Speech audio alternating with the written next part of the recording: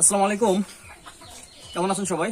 আজকে আরো একটা বিষয় দেখার জন্য আপনাদের সামনে নিয়ে আসলাম। সেটা হচ্ছে, গত পর্বে আপনাদেরকে দেখাইছিলাম যে ভুট্টার সুরক্ষিত রাখার জন্য, প্রোটেকশন দেওয়ার জন্য কতগুলা স্তর দিয়ে ঢেকে রাখা হয়েছিল। আজকে আমরা দেখব তিনটা দানা নিয়েছি, তিনটা শীষ নিয়েছি। এই তিনটা হিসাব করে দেখবো যে এক একটা রোলে কতগুলো করে লাইন দেওয়া আছে, কতগুলো করে সারি দেওয়া আছে। সেজন্য তিন ধরনের শীষ নিয়েছি আর কি।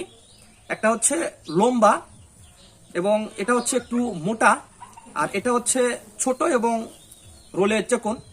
তো এই তিনটা আমরা হিসাব করে দেখবো যে আসলে এক একটাতে কতগুলো করে শীষ দেওয়া আছে, সারি দেওয়া আছে। তাহলে চলুন প্রথমে আমরা একটা আগে চিহ্ন দিয়ে নেই, একটা করে দানা সরিয়ে নেই, এটা আমরা চিহ্ন দেবো আর কি। এটা হচ্ছে আমাদের চিহ্ন। তো তিনটাতেই আমরা একটু চিহ্ন দিয়ে নেই। যেটা হচ্ছে আমাদের চিহ্ন, এটা ধরেই আমরা হিসাব করব আর কি।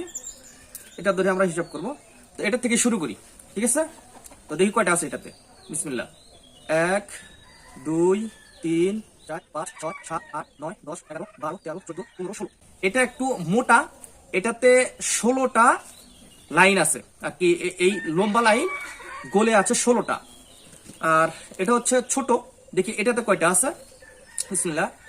1 2 3 4 5 6 7 8 9 10 11 12 13 14। এটাতে আছে 14টা। এটাতে ছোট এবং গোলেও কম আর কি। আর এটা হচ্ছে লম্বা দীর্ঘ, দেখি এটাতে কয়টা আছে। 1 2 3 4 5 6 7 8 9 10 11 12 13 14 15। এটাতে আছে 15টা। মোটামুটি তিনটা হিসাব করে যেটা দেখতে পারলাম, অল্প একটু কম বেশি, দুইটা তিনটা করে লাইনে কম বেশি আছে।